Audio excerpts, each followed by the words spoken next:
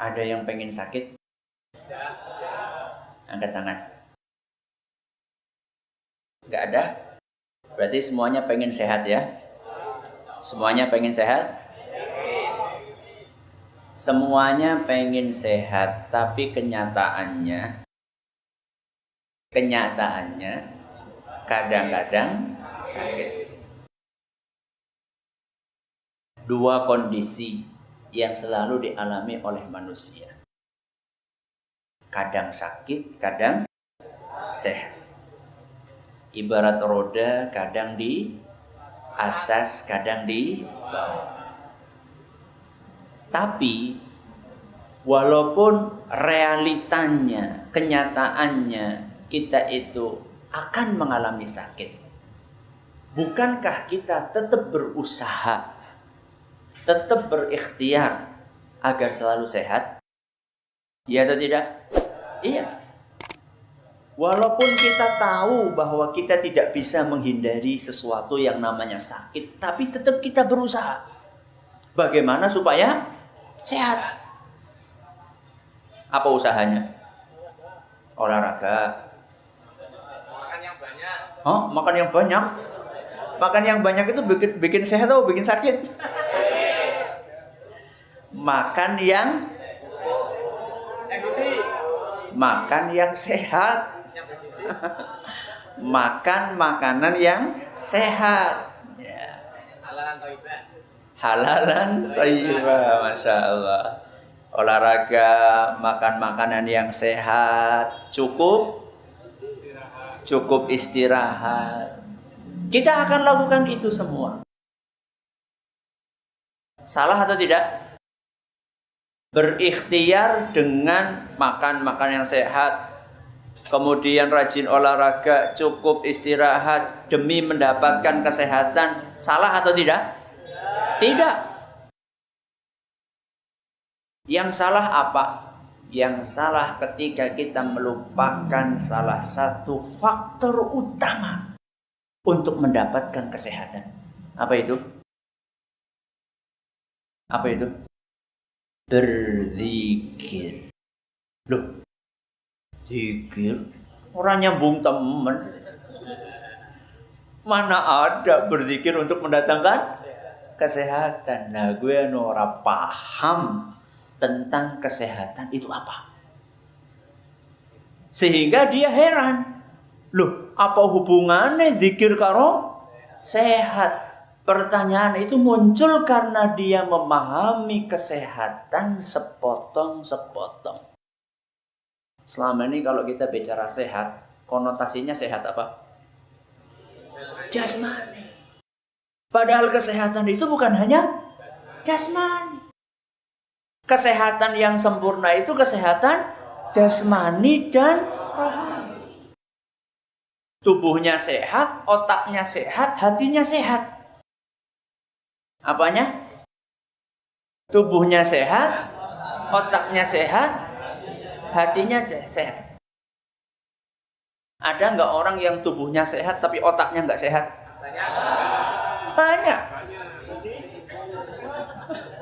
Nun sewu nggih, nun sewu. Coba jenengan perhatikan orang-orang yang maaf ya, orang yang kurang waras, orang yang gila. Orang yang gila. Coba makanannya bersih atau tidak? Lah wong ngorai apa? Tempat sampah. Sehat apa ora? Tubuhnya sehat atau tidak? Banyak di antara mereka tubuhnya sehat, padahal ngorai sampah. Mau jenengan kayak gitu? Sehat tubuhnya tapi otaknya nggak sehat. Atau otaknya sehat tapi tubuhnya nggak sehat. Ada?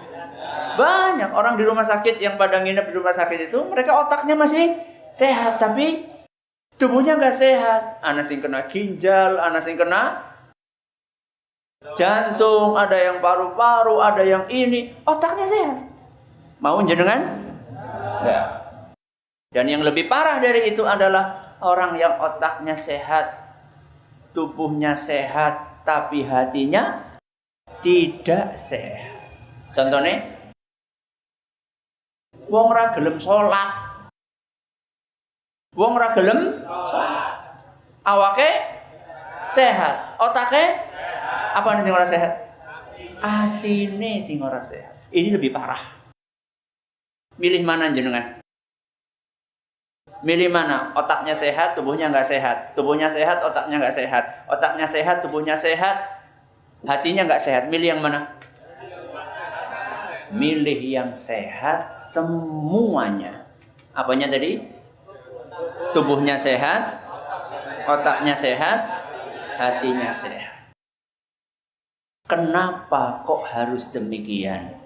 Karena tubuh sehat, otak sehat itu bukan tujuan.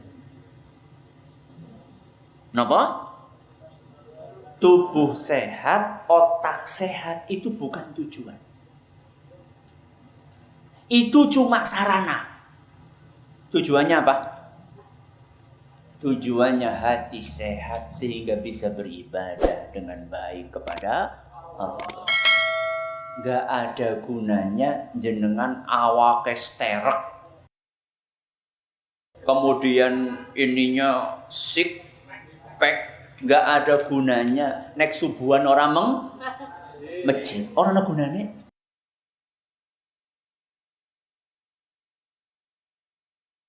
Gak ada gunanya jenengan mbak-mbak Masya Allah tubuhnya sehat walafiat, akan tetapi tidak ditutup dengan kok tidak ditutup dengan aurat? Tidak ditutup dengan jilbab. Orang ada gunanya. Hanya bikin fitnah. Gak ada gunanya. Jadi tubuh sehat, otak sehat itu cuma sarana saja untuk mencapai sebuah tujuan. Tujuan itu adalah beribadah kepada Allah. Makanya di dalam agama kita, untuk mencapai kesehatan yang sempurna jasmani dan rohani, selain kita makan makanan yang sehat, selain kita rajin olahraga, selain kita cukup istirahat, juga kita dianjurkan untuk berzikir. Dan zikirnya tentu yang sesuai dengan ajaran Rasulullah SAW. Itu zikir yang terbaik. Maka jangan ada orang yang berpikir, oh zikirku lebih apik tinimbang zikirnya Kanjeng Nabi. Wah, gue tak ngomong ora sehat gue. Masa zikir dia lebih baik dibandingkan zikir siapa? Kanjeng Nabi SAW. Coba kita perhatikan zikir yang diajarkan oleh Nabi SAW. Saya pikir sudah banyak yang hafal. Sudah? Sudah atau belum? Jajal kertasnya dibalik. Ayo. Dibalik semuanya.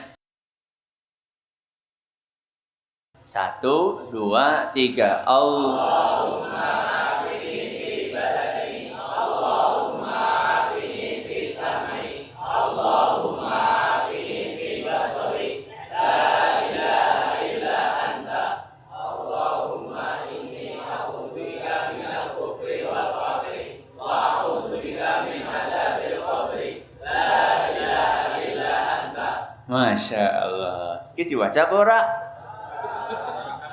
Kapan? Nembe? Setiap pagi. Alhamdulillah.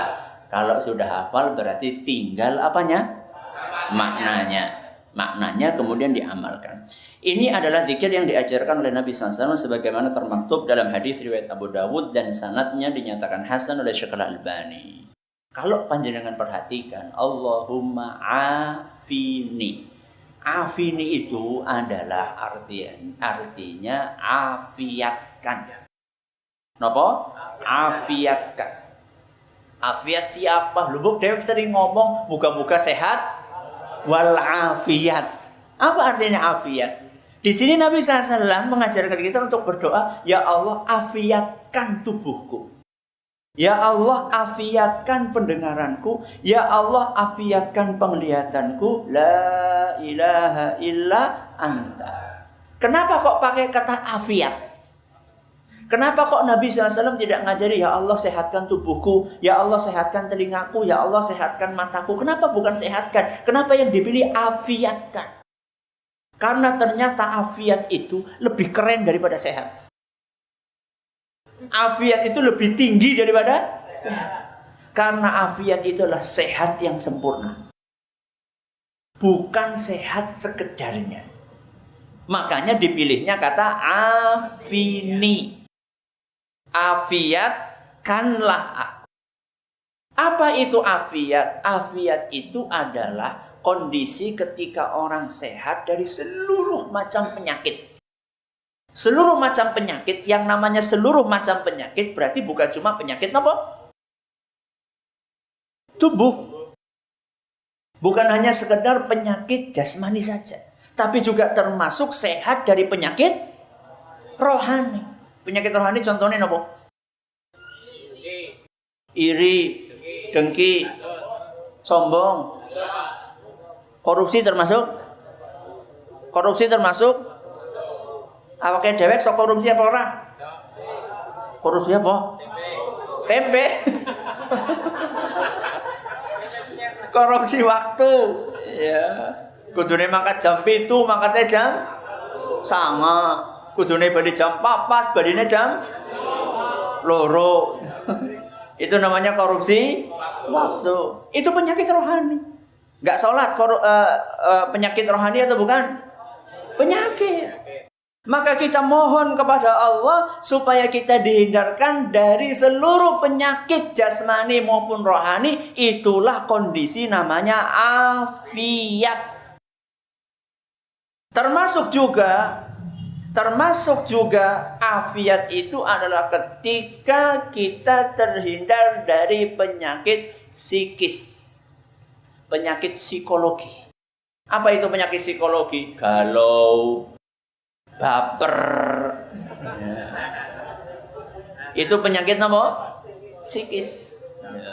Dela-dela pasang status sedang galau,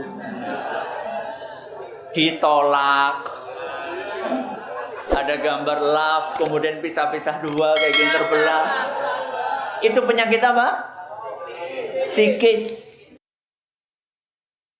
Kalau ditolak gimana? Dukun bertindak. Hah? Dukun bertindak. Kalau ditolak gimana? Nyari yang lain. Simple.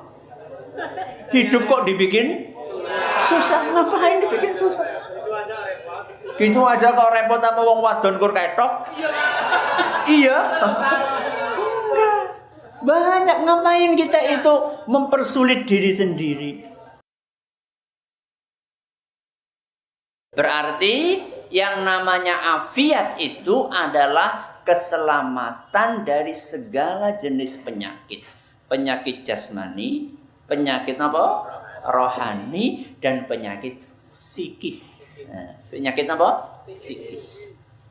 Termasuk juga penyakit-penyakit yang kita minta kepada Allah supaya terhindar, itu penyakit kayak orang kesurupan, kena sihir.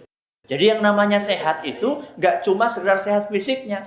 Orang kesurupan itu fisiknya sehat atau tidak? Sehat. Tapi yang sakit itu adalah psikisnya. Yang sakit adalah rohaninya. Terganggu jin, terganggu sihir. Maka doa ini penting sekali untuk kita baca. Allahumma afini fi badani. Ya Allah, afiatkan apa tadi? Tubuhku. Terus nama? Allahumma afini fi sam'i. Ya Allah, afiatkanlah telingaku, pendengaranku. Terus apa lagi? Allahumma afini fi basari. Ya Allah, afiatkanlah penglihatanku. Sekarang saya tanya. Telinga, mata. Ini termasuk anggota tubuh atau tidak? Termasuk badan atau tidak? Berarti sebenarnya kan sudah masuk dalam doa yang pertama. Allahumma afini fi badani. Betul? Ya Allah, afiatkanlah tubuhku. Kan sudah masuk di situ. Tubuh itu kan mencakup dari ujung kepala sampai ujung kaki. Telinga masuk, mata masuk. Kenapa kok disebutkan khusus setelah itu? Kenapa kok ditambahkan setelah minta afiat badan, ditambahi lagi minta afiat pendengaran, ditambah lagi minta afiat penglihatan? Kenapa? Padahal sudah masuk dalam badan. Kata para ulama, karena mata dan telinga itu adalah organ yang sangat istimewa. Sangat apa? Istimewa. Ternyata yang disebutkan mata dan telinga bukan jantung, bukan apa lagi? Paru-paru, bukan apa?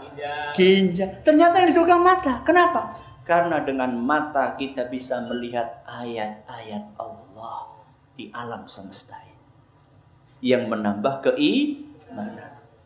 Dengan telinga kita bisa mendengarkan ayat-ayat Allah yang dibaca. Napa ayat yang dibaca? Al-Quran. Jadi ayat-ayat Allah di alam semesta ini ada yang dilihat, ada yang didengar. Dan ketika orang tidak sehat telinganya, tidak sehat telinganya itu maksudnya apa? Budek apa mesti budek? Ada orang tidak budek tapi nggak sehat telinganya. Priwe gue? Dinasehati orang mempan. Pengajian kayak kie masuk telinga kanan, keluar telinga kanan. Esi mending masuk telinga kanan, keluar telinga kiri. Esi mending gue. Jadi siapa nasing? Ketinggalan sedidik. Ini enggak. Urung mlebu telinga kanan wis mental disit lah ustaz kanu bocah wingi sore ngerti apa. Itu tidak tuna apa jenenge? Tidak tunarungu. Akan tetapi telinganya nggak sehat. Walaupun tidak tunarungu. Kenapa? Karena dinasehati tidak mempan. Maka kita minta kepada Allah, Allahumma afini fi sam'i. Ya Allah, berikanlah afiat kepada telingaku. Bukan sekedar orang budek. Tapi juga mudah-mudahan telingaku ini bisa dimasuki nasihat, kemudian diturunkan ke dalam hati. Itulah afiatnya telinga. Terus yang kedua afiatnya, yang ketiga afiatnya basori. Apa tadi basori? Mata. Banyak orang punya mata tapi tidak mengambil manfaat dari apa yang dia lihat. Saya kasih contoh. Panjenengan pernah melihat jenazah diantar ke kuburan? Bahkan mungkin kita pernah nganter. Seharusnya kalau kita habis nganter jenazah, ngelihat jenazah dimasukkan kemana? Liang lahat, kemudian dikasih bambu, lalu diurut. Seharusnya kan kalau kita melihat seperti itu, harusnya iman kita apa? Bertambah. Ya Allah, aku mbuh kapan yo mesti arep ngalami kayak gue. Bukankah seharusnya seperti itu? Oh, berarti bargie nyong sing urung salat, pengen salat, sing salate esi telat-telat, pengen diperbaiki, yang belum pakai jilbab, pengen pakai jilbab, yang belum birrul walidain, pengen birrul walidain. Harusnya kan kayak gitu. Tapi pertanyaannya coba sekarang. Ketika ada orang meninggal di kampung jenengan, kemudian mereka berbondong-bondong nganter kemana? Ke kuburan. Apakah habis itu masjid tambah rame? Tambah rame no betul? Betul. Berarti mereka tidak memanfaatkan matanya untuk mengambil pelajaran dari apa yang ada di hadapan dia. Nang kuburan malah dopokan. Karo udut maning. Jagonge nang dhuwur paesan maning. Ya Allah. Sudah kayak gitu mending kalau yang diobrolkan itu tentang akhirat. Apa sih yang diobrolakan? Darah.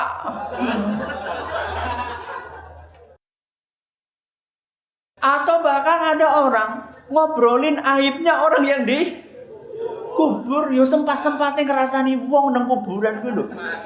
Masya Allah. Ini gara-gara matanya tidak sehat. Mata yang tidak sehat itu tidak harus tunanetra. Ada orang yang sehat matanya tapi sehat mata fisiknya, tapi dia tidak mengambil pelajaran dari apa yang dilihat oleh mata tersebut. Ini yang kita hindari. Makanya kita berdoa, Allahumma afini fi badani, Allahumma afini fi sam'i, Allahumma afini fi basari. Ditutup dengan kalimat La ilaha illa anta. Apa artinya? Tidak ada yang berhak disembah kecuali Engkau. Siapa? Allah. Tidak ada yang berhak untuk diibadahi kecuali Engkau ya Allah. Loh, kenapa kok ditutup La ilaha illa anta? Supaya kita ingat bahwa sehatnya tubuh, sehatnya telinga, sehatnya penglihatan, itu tujuannya adalah La ilaha illa anta. Tujuannya apa? Ibadah hanya kepada Allah. Orang nana gunane awake sehat. Orang nana gunane telingane sehat. Orang nana gunane matanya sehat. Kalau dia tidak beribadah kepada Allah. Dongane mantep apa ora? Mantep banget. Itulah doane Kanjeng Nabi SAW. Makanya aneh bin ajaib kalau ada orang tetap bertahan membaca doa sing digawe dewek. Ya. Baca doa yang diajarkan oleh Nabi kita Muhammad sallallahu alaihi wasallam. Ayo kita baca lagi. 1, 2, 3. Allahumma afini fi badani, Allahumma afini fi sam'i, Allahumma afini fi basari. La ilaha illa anta, Allahumma inni a'udzubika minal kufri wal faqri wa a'udzubika min adzabil qabri. La ilaha illa anta. Berapa kali? 3 kali. Pagi. 3 kali sore. Mudah-mudahan bermanfaat buat kita semuanya. Silakan kalau ada yang pengen tanya bisa disampaikan pertanyaan. Waalaikumsalam warahmatullahi wabarakatuh. Terima kasih atas pertanyaannya. Niat itu dilafadzkan di lisan atau cukup dalam hati? Kita kembalikan ke definisinya. Niat itu bahasa Arab atau bahasa Indonesia? Aslinya bahasa Arab, kemudian diserap oleh bahasa Indonesia. Aslinya bahasa Arab. Coba kita kembalikan dalam definisi niat di bahasa Arab. An-niyatu hiya al-qasdu 'alal amali. Niat itu adalah bertujuan, berkeinginan untuk melakukan sesuatu. Berkeinginan. Saya tanya, orang ingin itu tempatnya di mana? Ingin. Tempatnya di mana? Di hati. Orang ingin melakukan sesuatu, itu adanya di dalam hati. Keinginan, tujuan itu adanya di dalam hati. Makanya para ulama berijma. Para ulama berijma. Berijma ini apa? Bersepakat. Bukan masalah khilafiyah. Para ulama itu berijma bahwa niat itu aslinya tempatnya di hati. Oke, aslinya di hati. Apa perlu di hati plus diucapkan di lisan? Ada sebagian ulama mengatakan ya perlu untuk menguatkan apa yang ada dalam hati. Tapi ulama yang lain mengatakan nggak perlu, sudah cukup yang ada di dalam hati. Kenapa? Karena Rasulullah Shallallahu Alaihi Wasallam mencontohkan cukup di dalam hati. Salat misalnya. Para sahabat itu kan merekam secara detail cara sholatnya Rasulullah Sallallahu Alaihi Wasallam. Ya merekam itu bukan maksudnya dia apa? Di shooting kayak gini bukan. Merekam itu maksudnya diperhatikan, dimatakan, diingat, terus diajarkan. Itu maksudnya direkam. Para sahabat itu merekam apa yang dipraktikkan oleh Nabi SAW.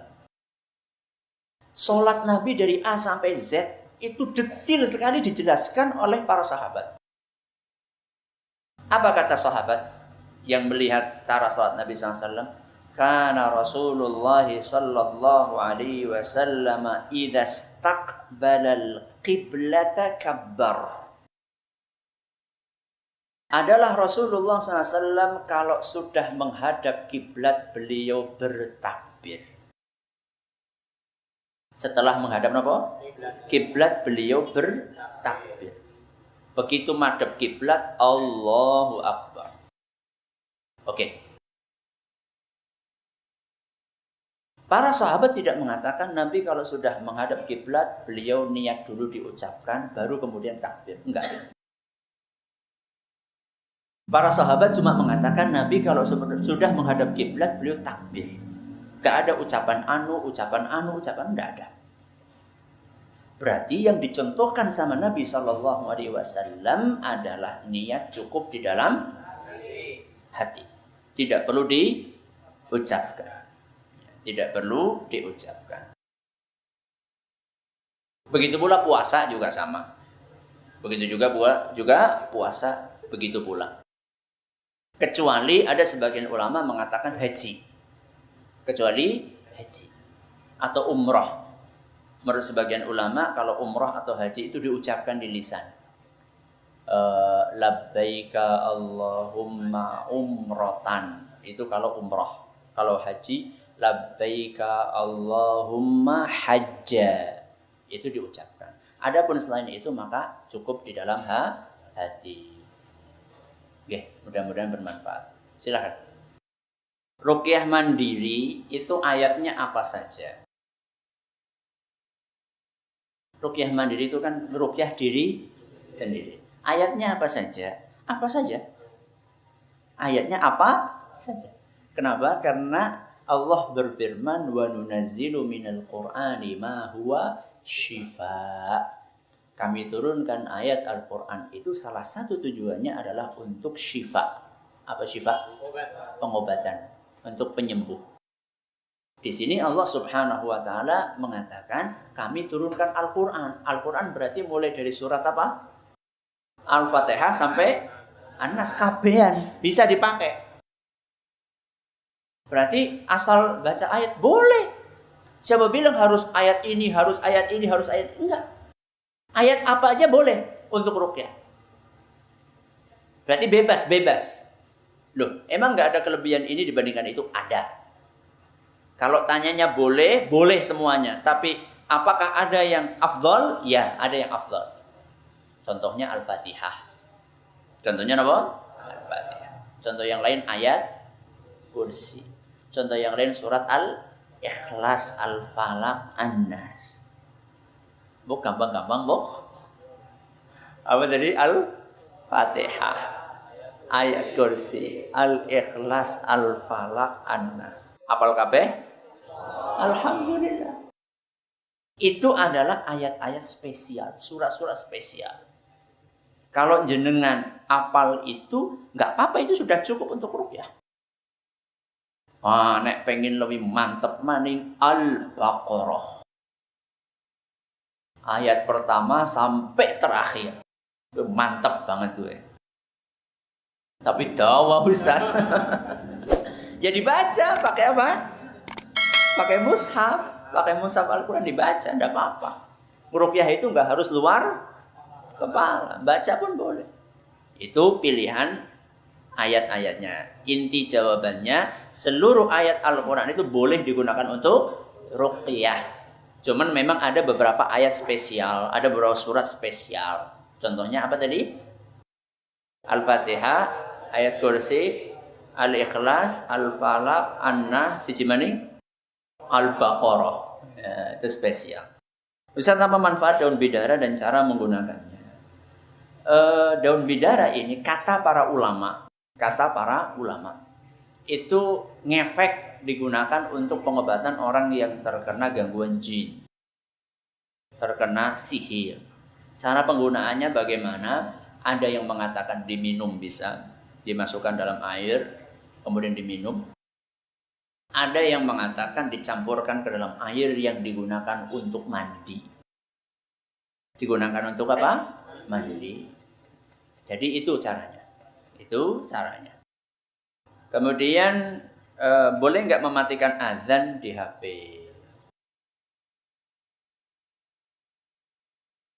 Boleh, ya boleh. Apalagi kalau di kamar mandi. Makanya sebaiknya ya kalau saya pribadi itu remindernya, pengingatnya itu kalau bisa sih jangan azan. Atau ada sebagian orang ringtone-nya adalah ayat Quran. Jangan. Kenapa? Karena kadang-kadang bunyinya di mana? Di kamar mandi. Di kamar mandi, ana wong tadarus nang kamar mandi. Terus bagaimana musik? Ya bukan musik, ya. Ringtone biasa, kering. Apa jangkrik, apa manuk, kan akeh lah suara-suara yang lainnya. Tapi kalau misalnya mau mematikan azan, itu ya sebaiknya kalau sudah selesai satu redaksi. Contoh, Allahu Akbar, Allahu Akbar. Aja Allahu tek. Urung rampung azannya satu satu kalimat wis dipateni. Sebaiknya nunggu sampai selesai satu kalimat, bukan ngenteni nganti apa?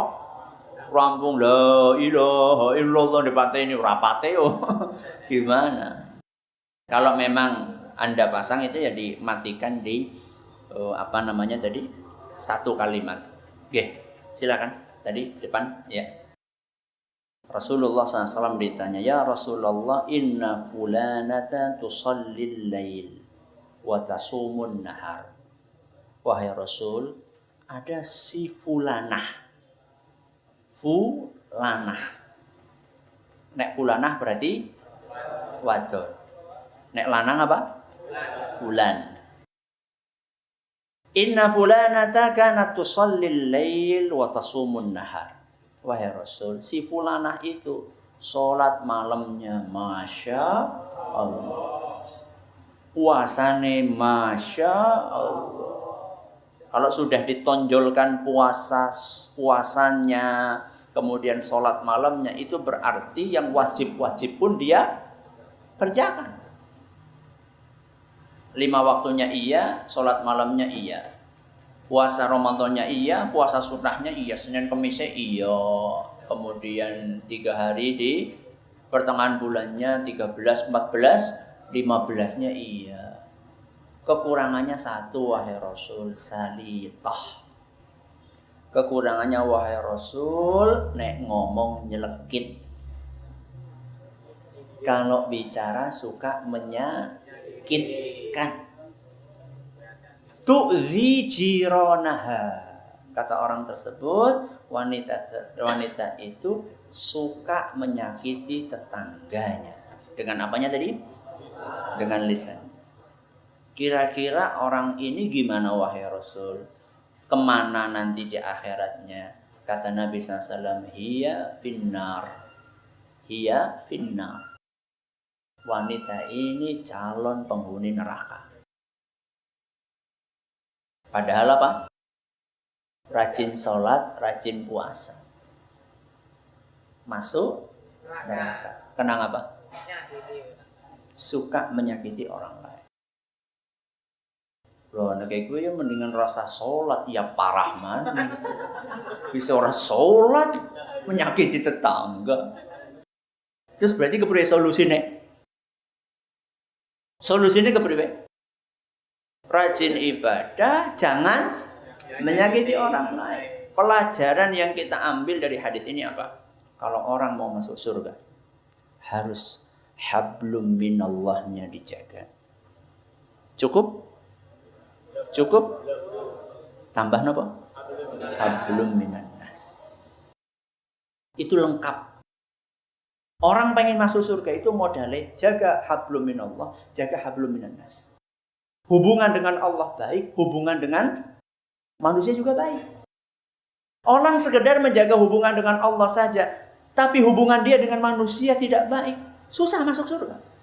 Contohnya kayak tadi wanita. Atau sebaliknya, ada orang hubungannya dengan manusia baik sekali, dermawan sekali, murah senyum. Masya Allah hubungannya dengan manusia baik, tapi rasa sholat. Ini juga susah untuk masuk surga. Jadi hubungan dengan Allah dijaga, hubungan dengan manusia nggak dijaga, susah masuk surga. Hubungan dengan manusia dijaga, hubungan dengan Allah tidak dijaga, susah masuk surga. Apa maning hubungan dengan Allahnya tidak dijaga, hubungan dengan manusianya tidak dijaga. Wis medit ora salat maning.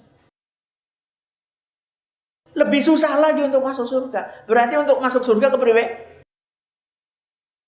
Hablum minallahnya dijaga, hablum minannasnya juga dijaga. Salatnya mempeng.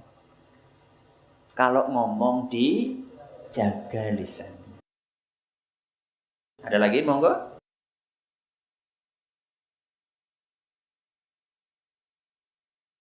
Apa sih? Cara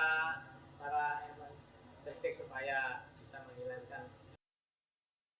supaya bisa menghilangkan sifat itu, ya dipikir ketika akan berbicara. Makanya orang yang bijaksana itu adalah orang yang mikir nembe ngomong. Kebalikannya orang yang tidak bijaksana adalah ngomong disit nembe mikir. Kalau mau ngomong apa-apa dipikir, baik apa enggak, menyakitkan atau tidak. Makanya apa pesannya Nabi SAW? Man kana yu'minu billahi wal yawmil akhir falyaqul khairan aw liyasmut. Barang siapa yang beriman dengan Allah dan hari akhir, hendaklah dia berkata baik, kalau enggak diam. Menang baik. Kalau kita sudah akan mengeluarkan kata-kata, kita pikir-pikir, kayaknya tah ora pas gitu. Ini kalau saya ucapkan ini, saya kayaknya akan menyakitkan teman saya. Menang. Loh, ngomong itu nggak cuma dengan lisan loh, termasuk dengan apa? Termasuk dengan apa? Apa? HP ki juga ngomong. Ketika jenengan WA, ketika jenengan SMS ini ngomong juga. Cuman ngomongnya dengan tulisan. Saya kasih ilustrasi ya. Saya itu kalau mau WA, mau SMS, mau bales atau mau nulis, itu bisa saya baca bisa sampai 3 kali sebelum saya kirim. Ditulis dulu, ketika nulis pun sudah milih kata-katanya. Titiknya ngendi, komanya ngendi, pakai huruf besar atau huruf kecil. Itu saya teliti, setelah selesai nulis diteliti maning. Oke, kayaknya kurang pas, ini khawatir menimbulkan apa? Salah paham. Oke, kayaknya tak orang cocok diganti. Oh, ini kurang sopan gitu. Dia, oh diganti beliau. Anda huruf kecil aneh, oke kurang sopan. Nganggo huruf apa? Besar Anda. Setelah kira-kira cocok, baru send dikirim. Sudah dikirim pun kadang-kadang, wah, ini kayaknya si anak nyinggung. Delete maning. Baleni maning. Hati-hati. Kadang-kadang orang tuh asal share. Urung apa-apa langsung kirim. Barang itu terus karena kesuh nembe ya ngapurane. Mending nek gelem ngapura. Ada orang buka orang yang ora salah, kena salah orang gelem ngaku salah. Orang yang bijaksana itu adalah orang yang mikir baru apa? Ngomong. Bukan ngomong disit nembe mikir. Itu kuncinya. Ya. Yang lain? Hadisnya berbunyi demikian. Wa Nabi Hurairah radhiyallahu anhu an Nabi sallallahu alaihi wasallam qala. Dari Abu Hurairah, semoga Allah meridhai beliau, dari Nabi SAW beliau bersabda, "Inna suratan minal Qur'ani 30 ayat." Ada sebuah surat di dalam Al-Qur'an terdiri dari 30 ayat. Ada sebuah surat dalam Al-Qur'an terdiri dari 30 ayat.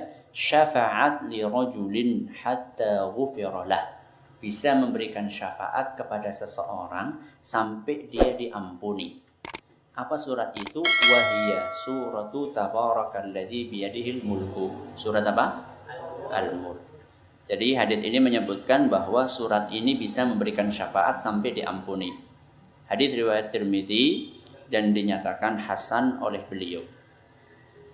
Berarti di sini menunjukkan membaca surat Al-Mulk akan diampuni. Lah, tentunya enggak cuma sekedar membaca, memahami, mengamalkan. Oke. Tapi kan enggak disebutkan di sini kapan waktunya. Di dalam hadis lain yang diriwayatkan oleh Imam An-Nasai nyatakan hasan Syekh Al-Albani an Abdullah bin Mas'udin qala, dari Abdullah ibnu Mas'ud beliau berkata, man qara'a tabarakalladzi biyadil mulku kulla lailah, barang siapa yang membaca surat Al-Mulk setiap malam. Nah, ini mulai disebutkan apanya? Waktunya. Mana'ahu Allahu biha min adzabil qabri, maka Allah akan halangi dia, akan cegah dia, akan lindungi dia dari azab kubur. Setiap apa? Malam. Wa kunna fi ahdi Rasulillah SAW nusammihil mani'ah. Dan kita di zaman Nabi SAW itu menjuluki surat Al-Mulk dengan surat Al-Mani'ah. Al-Mani'ah itu artinya pencegah. Karena apa? Kenapa dikatakan pencegah? Karena mencegah dari siksa kubur. Wa innaha fi kitabillahi suratun man qara'aha biha fi kulli lailatin faqad aktsara wa ata. Barang siapa yang membaca surat ini maka dia akan mendapatkan pahala yang banyak dan akan mendapatkan kebajikan. Intinya ya disunahkan untuk membaca surat apa? Al-Mulk setiap malam untuk mencegah dari siksa kubur. Tapi tentunya bukan sekedar dibaca, tapi dipahami terus diamalkan. Ya, monggo. Sekira cukup nggih? Terima kasih atas perhatiannya, menurut segala kurangannya. Wallahu taala a'lam bishawab. Wassalamualaikum warahmatullahi wabarakatuh.